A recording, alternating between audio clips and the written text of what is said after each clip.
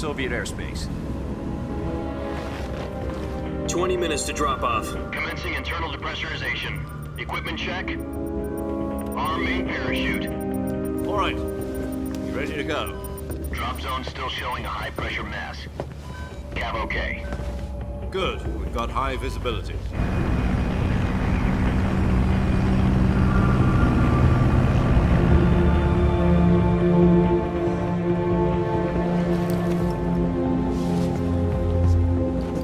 Put out that cigar. Connecting oxygen hose to interior connector. Put on your mask.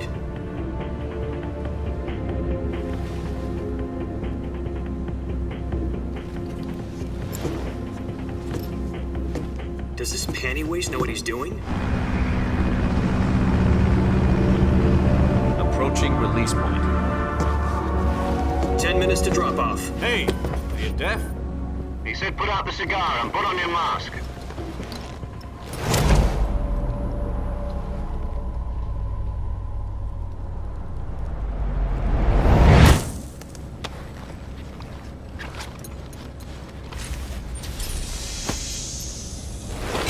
Depressurization complete. Checking oxygen supply. 6 minutes to drop off. Opening rear hatch.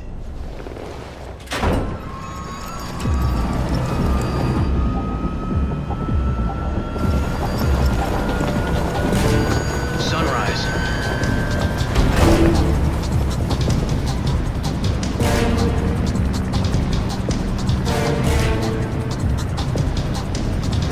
External temperature minus 46 degrees Celsius.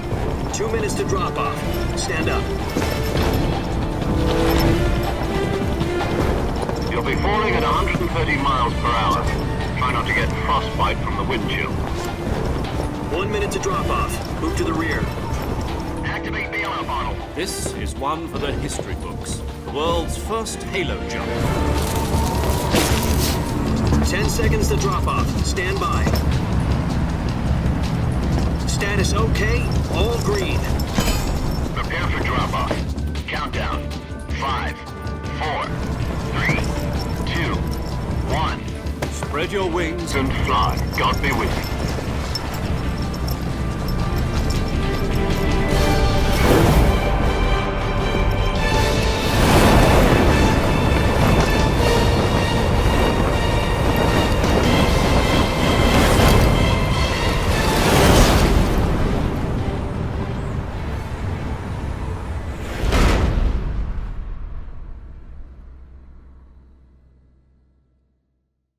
Jack, I've got some important news. The head of the CIA has finally given us the green light for the virtuous mission. Virtual mission? No, the virtuous mission. The future of our Fox unit depends on it. If it succeeds, we'll be officially organized into a unit. Virtuous mission? Sounds like some kind of initiation ritual. You know, don't get cocky. This isn't a training op. Right. So what exactly is this wonderful mission? Well, about 2 years ago, a certain Soviet scientist requested asylum in the West through one of our moles. His name is Nikolai Stepanovich Sokolov. He's head of the OKB 754 Design Bureau, one of the Soviets' top-secret weapon research facilities, and the East's foremost expert on weapons development. Sokolov? Isn't he that famous rocket scientist? The very same. On April the 12th, 1961, the Soviets achieved the first manned spaceflight in history. The Earth was blue, but there was no God. Well spoken. The rocket that carried Yuri Gagarin into orbit was the A-1, known as the Vostok rocket. Sokolov is said to be the man most responsible for the multi-engine cluster used in that rocket. After Gagarin's flight, Sokolov left rocket development to become the head of the newly established Design Bureau. From a lowly technician to head of a design bureau, that's quite a success story, so why do you want to defect? It seems he'd become afraid of his own creations. Afraid? Call it a crisis of conscience. And for that, he left his country and his family behind and went over the fence? Not exactly. One of his conditions was that his family was also to be taken safely to the West. We used a mole to get the family out first and succeeded in sneaking Sokolov over the Berlin Wall shortly afterwards. I was the one who conducted the operation. The security on the eastern side was still full of holes back then. Then what? We got Sokolov over in one piece, but the whole ordeal had left him exhausted, and we checked him into a hospital in West Berlin. It took him 2 weeks and more than 600 miles to get from the research facility in the Soviet Union to Berlin. He was in no condition to say anything coherent. And it was only a week later that we had something much bigger on our hands. The Cuban Missile Crisis. October the 16th, 1962, President Kennedy received word that the Soviets were in the process of deploying intermediate-range ballistic missiles in Cuba. The President demanded that the Soviets dismantle and remove the missiles. At the same time, he announced a naval blockade to prevent further missile shipments from reaching Cuba.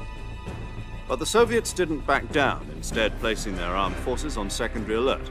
Soviet transport ships carrying missiles continued on course towards Cuba. US and Soviet forces went on alert for an all-out nuclear war. Frantic negotiations were conducted through the UN's Emergency Security Council and unofficial channels to end the hair-trigger standoff. Finally, on October the 28th, the Soviet Union agreed to remove its missiles from Cuba, and so the world avoided a nuclear holocaust. But in order to get the Soviets to pull their missiles out, we had to make a deal. You mean the one where the US agreed to remove its IRBMs from Turkey? No. The Jupiter IRBMs deployed in Turkey were obsolete, and we were going to get rid of them anyway. They had no strategic value whatsoever to either the US or the Russians. The Turkey deal was a ruse, a cover story that was fed to the other intelligence agencies around the world. So what did the Russians really want? Sokolov. They wanted us to return Sokolov. You mean the Soviets pulled out of Cuba just to get their hands on Sokolov? That's right. What the hell was he working on? At the time, we had no idea. We were running out of time. It was either give up Sokolov or risk full-scale nuclear war. In the end, we had no choice. President Kennedy gave in to Khrushchev's demand. The next day, I got Sokolov out of the hospital, handing him over to agents on the eastern side. Sokolov kept on screaming, "Save me," until he disappeared from my sight. Then, a month ago, we received some new information from one of our moles. About Sokolov? Yes. He was taken back to the research facility and forced to continue working on the weapon in question under KGB supervision. What's more, it's on the verge of completion. So what kind of weapon is it? Something to do with space rockets? No, missiles. Same technology. I guess you're right. We don't know the details, but it appears to be a new kind of nuclear device. For half a year now, the Soviets have been conducting frequent nuclear tests at Semipalatinsk. Something to do with the weapon, I assume. We're talking about a secret weapon so big that Khrushchev was ready to pull out of Cuba to get it back. Is Sokolov still in the facility? No. According to our intelligence, he's in Selinoyarsk, a place in the mountains about 3 miles to the west that's known as the Virgin Cliffs. The Virgin Cliffs. Nice name for a virtuous mission. They moved him there just recently. Why? Apparently, they're conducting a field test of the weapon, but it's our best chance to get him back. This mission would never have been possible if he was still in the research facility. This is our last chance. Sokolov must have known that too when he contacted us.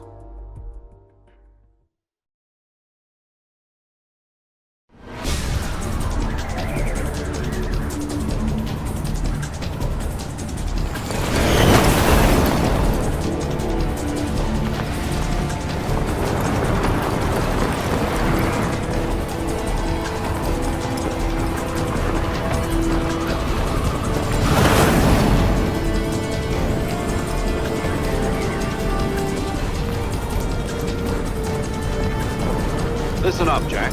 Your mission is to infiltrate Selinoyarsk in the Soviet mountains, ensure the safety of Sokolov, and bring him back to the west.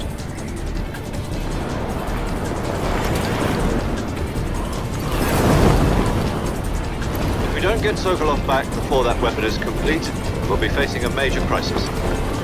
The clock is ticking.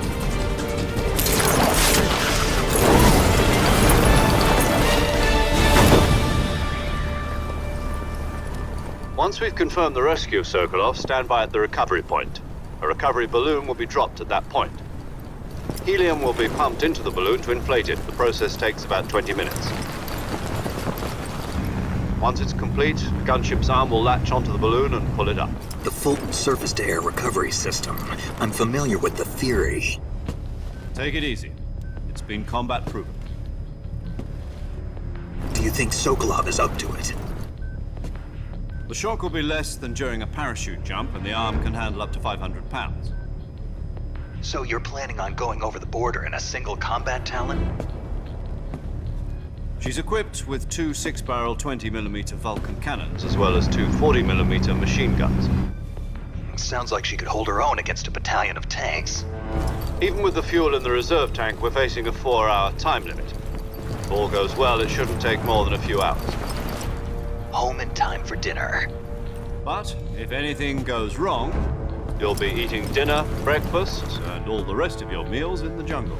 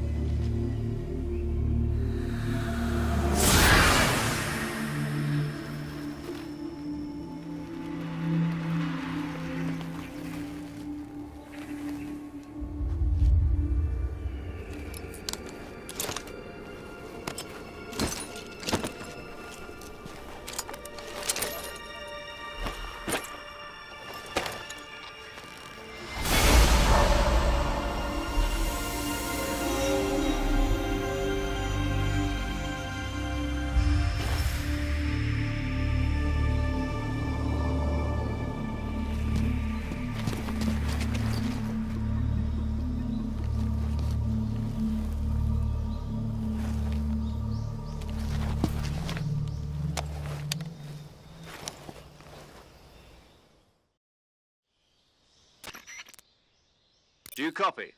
You're already in enemy territory, and somebody might be listening in. From here on out, we'll be using code names to refer to each other. Your code name for this mission will be Naked Snake. I'll be referring to you as Snake from now on. You're not to mention your real name. Snake? Oh, you don't like snakes? What do you mean? Well, you've eaten one before, haven't you? In survival training. I'm glad to hear that. I don't know if I'd ever order one in a restaurant, but... Be careful, you might not have a choice. What about you, Major? What should I call you? Let's see. I'll be Tom. Call me Major Tom. This will be a sneaking mission. You must not be seen by the enemy. You must leave no trace of your presence. Is that clear? This kind of infiltration is the Fox unit's speciality. In other words, weapons and equipment are procured on site. That goes for food as well. You're completely naked, just as your name implies. Great. Now I see why you asked me if I like snakes. I suppose calling me Snake was your idea of a joke, too. No. There's a good reason for that. I'll tell you later when the time is right. Gotcha. Getting back to the subject, how exactly am I supposed to feed myself? You've been issued a knife and a tranquilizer gun. Use them to hunt for food. You'll also find some medical supplies in your backpack. Yeah, about the backpack. I lost it in a tree on the way down. I see. Well, you'd better go back and get it then. You know where it is? No problem. I can see it from here. It's stuck on a branch. To climb a tree, stand in front of a tree that's covered in ivy and press the action button. I'll be monitoring your progress over the radio. We can't risk violating Soviet airspace, but I'll be in the gunship. My frequency is 140.85. I'll give you a call if I need to talk to you. If you need to talk to me, use the send function. Okay, Snake, go get your backpack.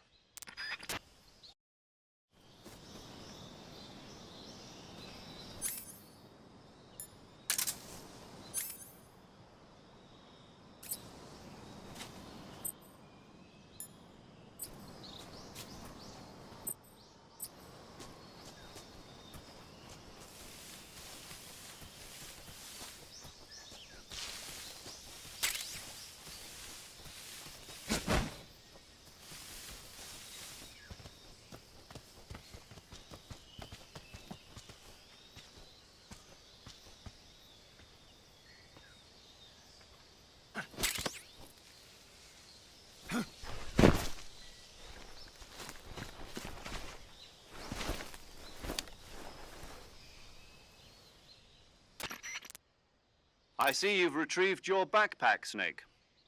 To equip a weapon, it's necessary to take it out of your backpack. In the survival viewer, choose Weapon from the backpack. Your available weapons will be displayed in a list on the screen. From that list, choose the weapon you want to equip and press the Enter button. For other equipped items, just do the same thing from Item. Got it. Use the survival viewer backpack. Yep, that's right. Survival is fundamental to this mission. After you've been out in the field for a while, your stamina will start to drop. If your stamina gets too low, it'll affect your performance. You won't be able to shoot accurately, for example, and your wounds won't heal as smoothly. Keep an eye on your stamina so you don't run out. To recover lost stamina, you can hunt for local flora and fauna. You can use either your tranquilizer gun or your knife to hunt. My only weapon is a Mark 22 Hush Puppy tranquilizer gun? That's right. It's been fitted with its own suppressor. However, the suppressor will deteriorate every time you fire. Once its durability reaches 0, the noise suppression effect will be gone. So don't get too trigger-happy with it. The suppressor's durability is shown in the icon. Any weapons and equipment beyond what you're carrying now, you'll have to find as you go. I have to find my own weapons and equipment? Whose crazy idea was this anyway?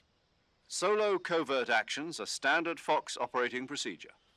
You can't leave any traces of your presence. No weapons, equipment, footprints, sweat, or bodily waste. The same goes for bullets and cartridges, too. Your presence in enemy territory is already a violation of international conventions of warfare. There aren't supposed to be any American soldiers in Russia.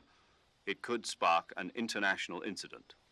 You can't let anyone see you. You can't let the enemy know you're there. This is a stealth mission. You're a ghost, Snake, in every sense of the word. And there'll be no rescue if you're captured. The military and U.S. government will deny any involvement in the affair. Then I'll just have to take care of myself, huh? I'm afraid so. You've been given a fake death pill for that purpose. SIS guidelines stipulate that soldiers on covert ops like this one be issued a potassium cyanide capsule. Tape it to your body so you can take it when you need to. How generous of you. Use it if you're taken prisoner by the enemy. It'll send you into a state of false death for a short time. Fooling them into thinking that I'm really dead. So, how do I come back to life? Just take the revival pill. You mean that thing they put in my tooth before the mission? That's the one. But be careful. If you remain in a state of false death for too long, nothing will be able to bring you back. Remember that. I'll keep it in mind. You said this was a solo mission, right? Right. I guess that means I can't count on any reinforcements. Correct. The mission rests entirely in your hands. A real one-man army. Relax. There's a support team ready to back you up over the radio. Who? I'll introduce them to you. This time, survival is of utmost importance. The first member of the support team will be in charge of monitoring your physical condition, acting as a medic, so to speak, as well as recording your mission data. She's a member of Fox as well, and she's here on the gunship with me. She? Hello, Snake. I'm paramedic. Nice to meet you. Paramedic. As in a medic who comes in by parachute. Aren't you going to tell me your real name? Are you going to tell me yours, Mr. Snake? My name, huh? It's John Doe. And they call you Jack for short. You're a regular Captain Nemo. A name means nothing on the battlefield. After a week, no one has a name. What's your name? Jane Doe. Very funny. I wasn't joking, but I'll tell you my name only if you manage to make it back alive. My frequency is 145.73. She's also in charge of recording your mission data. Whenever you want to save, send a message over the reserved save frequency, 140.96. So saving lets me record my mission data. That's right. It also records the state of your health. Good to know. There's one more person I want to introduce you to, Snake. Huh? Speaking of snakes, you remember the boss, don't you? A legendary soldier and your mentor. Actually, it was the boss that got the DCI's authorization in the first place. She's going to be serving as Fox's mission advisor. The boss is? She also helped me plan this mission. She and I were at SAS together. Jack, is that you? How many years has it been? Boss? That's right. It's me. Oh. Talk to me. Let me hear your voice. It's been 5 years, 72 days, and 18 hours. You've lost weight. You can tell just by the sound of my voice. Of course I can. I know all about you. Really? Well, I don't know anything about you. What's that supposed to mean? Why'd you disappear on me all of a sudden? I was on a top-secret mission. You didn't need me anymore. But there were still so many things I wanted you to teach me. No, I taught you everything you needed to know about fighting techniques. I taught you all I could. The rest you needed to learn on your own. Techniques, sure. But what about how to think like a soldier? How to think like a soldier? I can't teach you that. A soldier needs to be strong in spirit, body, and technique. And the only thing you can learn from someone else is technique. In fact, technique doesn't even matter. What's most important is spirit. Spirit and body are like two sides of a single coin. They're the same thing.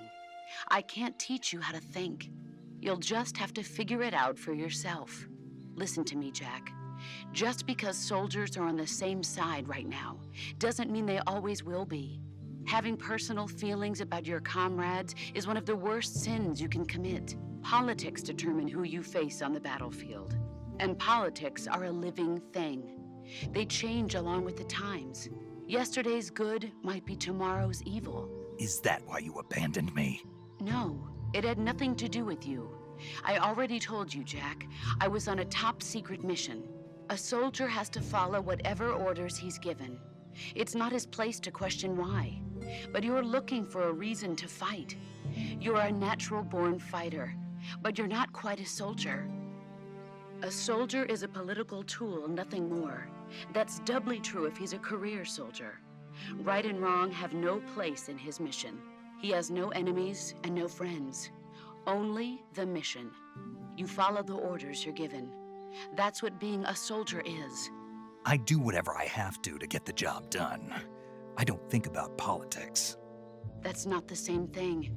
Sooner or later, your conscience is going to bother you. In the end, you have to choose whether you're going to live as a soldier or just another man with a gun. There's a saying in the Orient, loyalty to the end. Do you know what it means? Being patriotic. It means devoting yourself to your country. I follow the president and the top brass. I'm ready to die for them if necessary. The president and the top brass won't be there forever. Once their terms are up, others will take their place. I follow the will of the leader, no matter who's in charge. People aren't the ones who dictate the missions. Then who does? The times. People's values change over time, and so do the leaders of a country.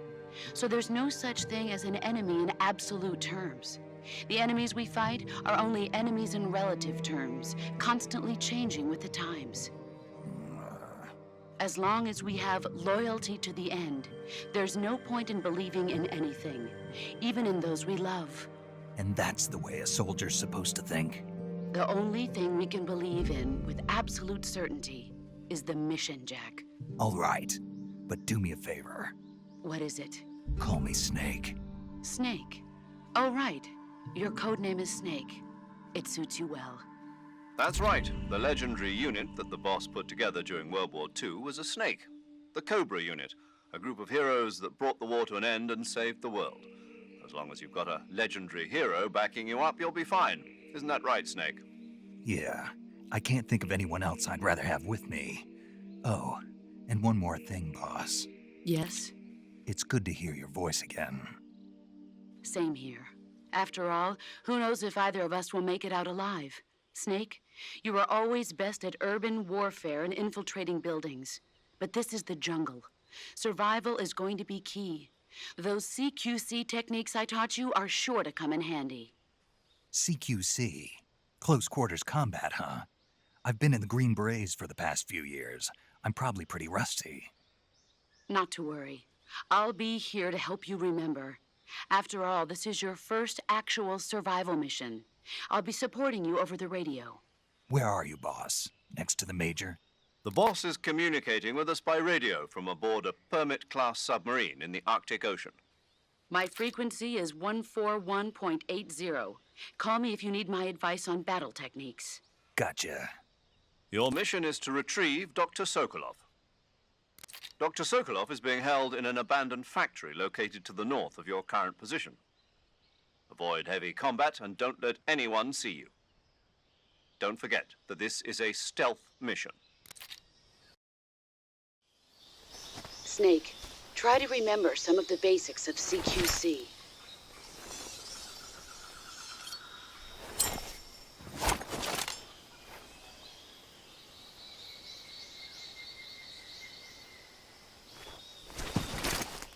Commencing virtuous mission now.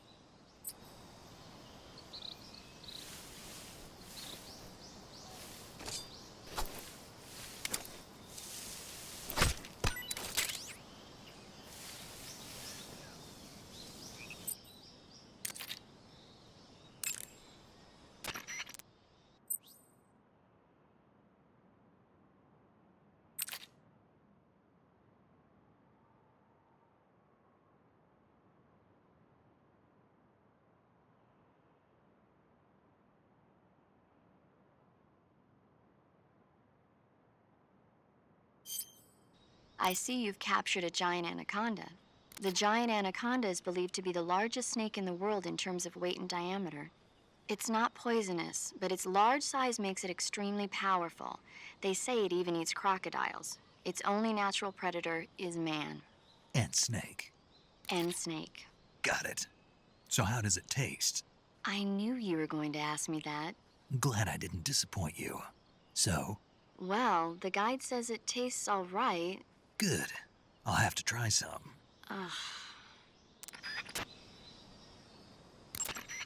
I see you caught yourself a reticulated python. The reticulated python is said to be the longest snake in the world. The biggest ones can grow up to 10 meters in length. Although they're not poisonous, they're still very dangerous, so be careful around them. They have a highly ferocious temperament, and they can swallow whole, even large animals like deer and pigs. Their most distinguishing feature is the mesh pattern of their scales. This pattern acts as a highly effective natural camouflage. If you think there might be a reticulated python about, pay close attention to your surroundings. Otherwise, you could get bitten before you even know it's there. Right. But how do they taste? Huh? Do they taste good? You're actually going to eat one. Why else would I be asking? Cannibal. What was that? Nothing. Let's see what the guide says. Ah, you're in luck. It says they taste pretty good. Good. I can hardly wait. Ugh.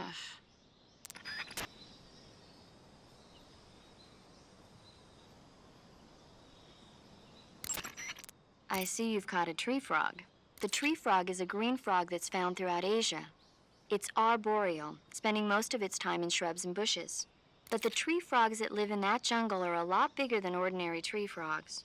They've got an appetite, huh? You've got a one-track mind, don't you? But seriously, that is one theory. However, there are people who think it's a mutation caused by nuclear testing and waste from the research facility.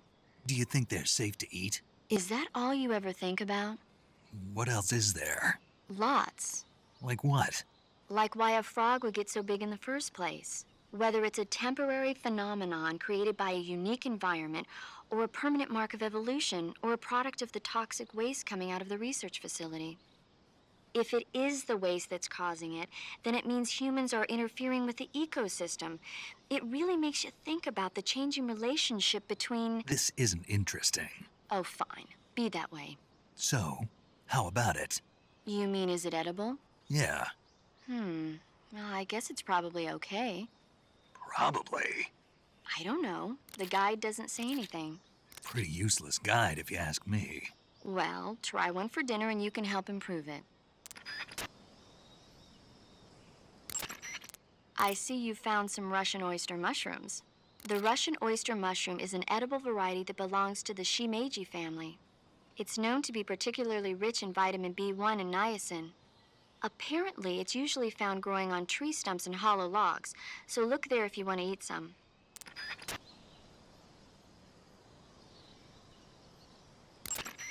I see you found some Siberian inkcap mushrooms.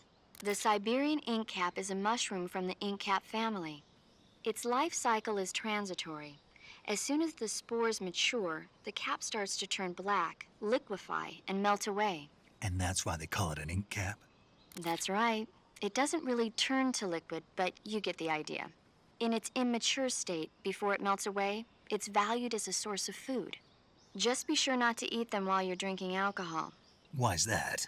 Ink caps contain coprin, which inhibits the function of aldehyde dehydrogenase.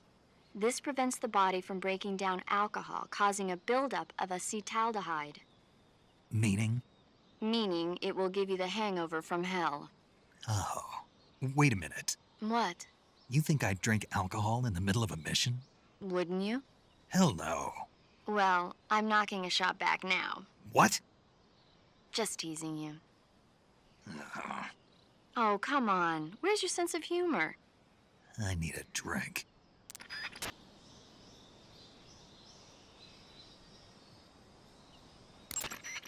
Check your stamina gauge to see how much stamina you have remaining.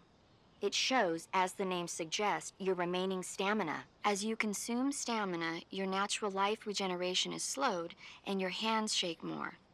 Your O2 gauge and grip gauge also become shorter. Excessively low stamina can often impede your mission objectives. Make sure you replenish stamina before that occurs.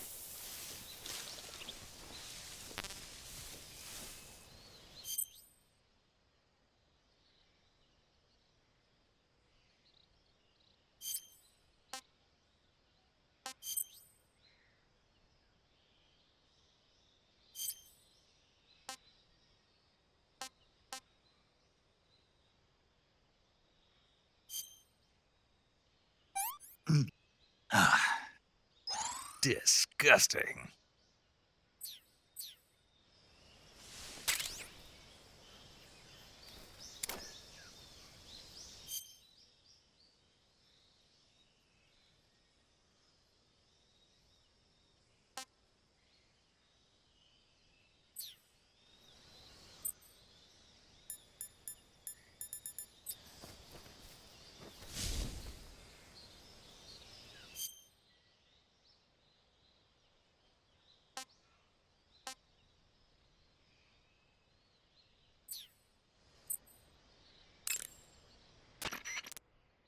I see you have a calorie mate.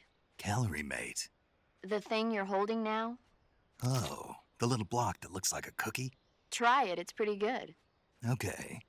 But what is this thing? Never seen anything like it. Calorie Mate is an energy supplement that contains all the proteins, lipids, vitamins, carbohydrates, and minerals needed for a balanced diet. It's a well-balanced food. Because of that, it's just perfect for giving your body the nutrition it needs in combat. It sounds like a space-age food. Real astronaut food is not very good, but that should taste fine. Yeah, and it'll help balance out all this jungle food I'm eating. It's easy and quick to eat, so it's perfect when you're running late for an important mission in the morning. I've never been late for a mission. Really? Aren't you always keeping people waiting? Huh? Furthermore, one of Calorie Mate's biggest advantages is that they are all exactly the same portion size. So no matter how you eat it, you always get the same nutrients, flavor, and calories. Each Calorie Mate has a set number of calories, so it's easy to keep track of your calorie intake.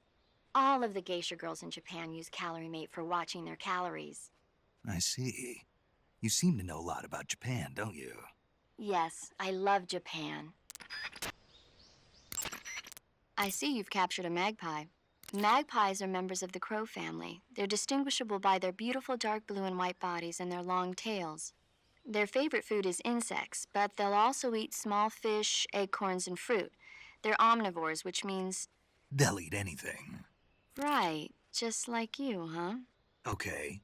So how do they taste? You always ask me that. Naturally. So? I've never heard of anybody actually eating a magpie, but I suppose there's no reason you couldn't. You don't say. Oh.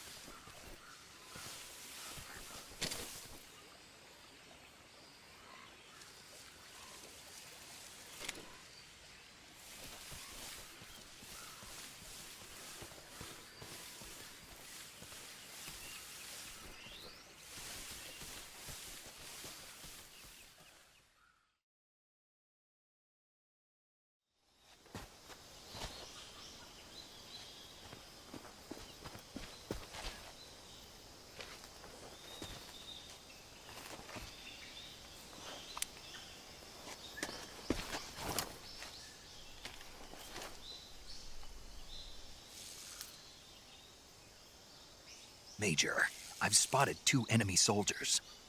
They're probably KGB troops sent to guard Sokolov. AK-47s and grenades.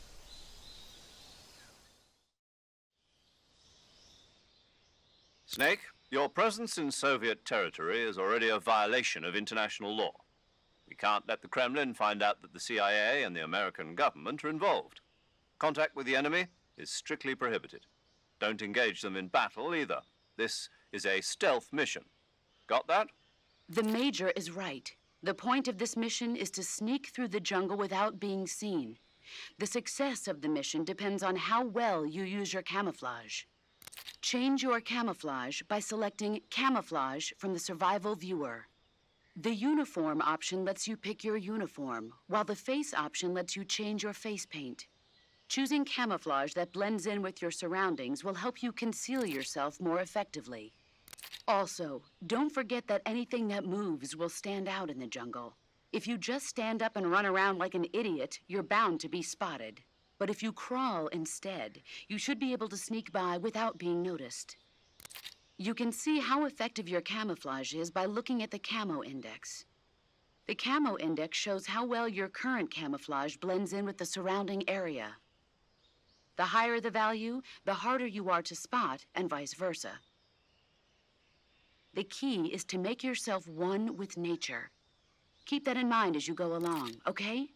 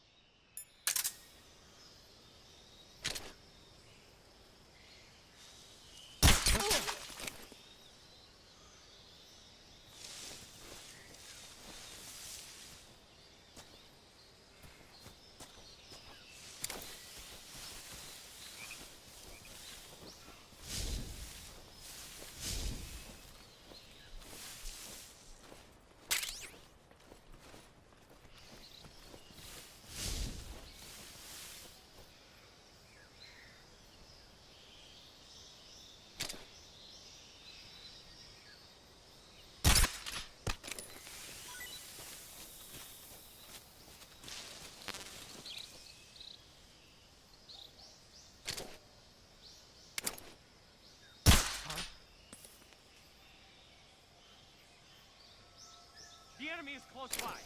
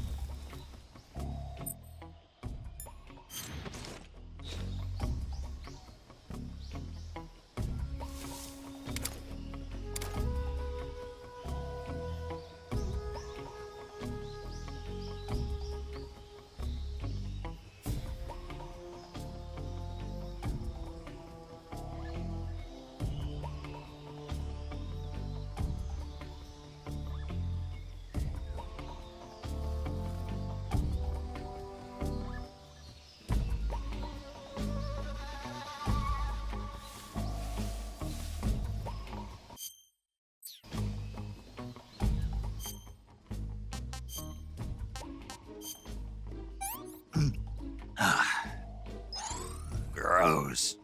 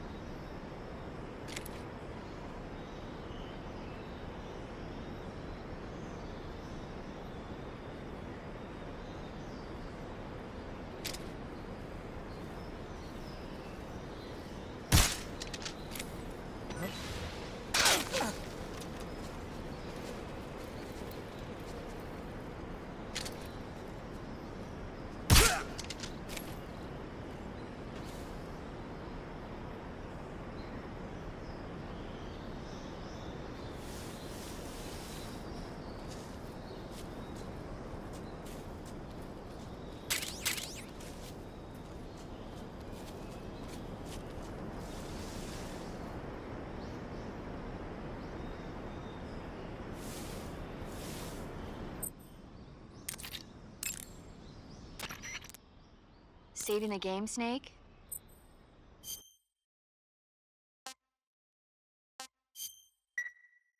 Hey, Snake, you ever heard of Godzilla, King of Monsters?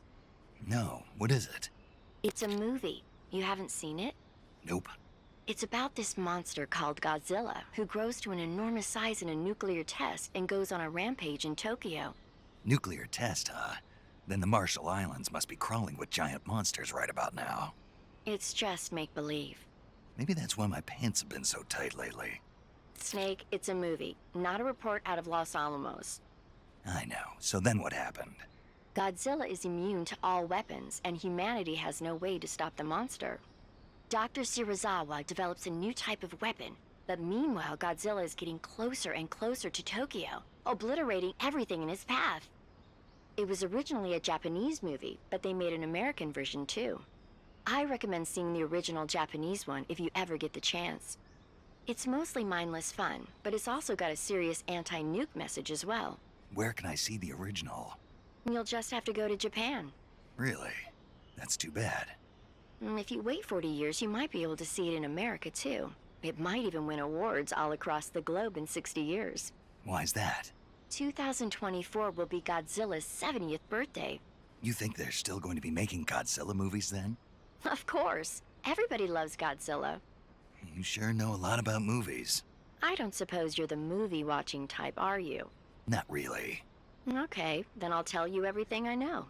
When the going gets tough, movies can save your life. It's always good to be able to look at things from a different perspective when you get in a jam. That's the magic of movies. No kidding. Well, I guess it might at least make a nice distraction. That's the spirit, Snake. Have a little fun.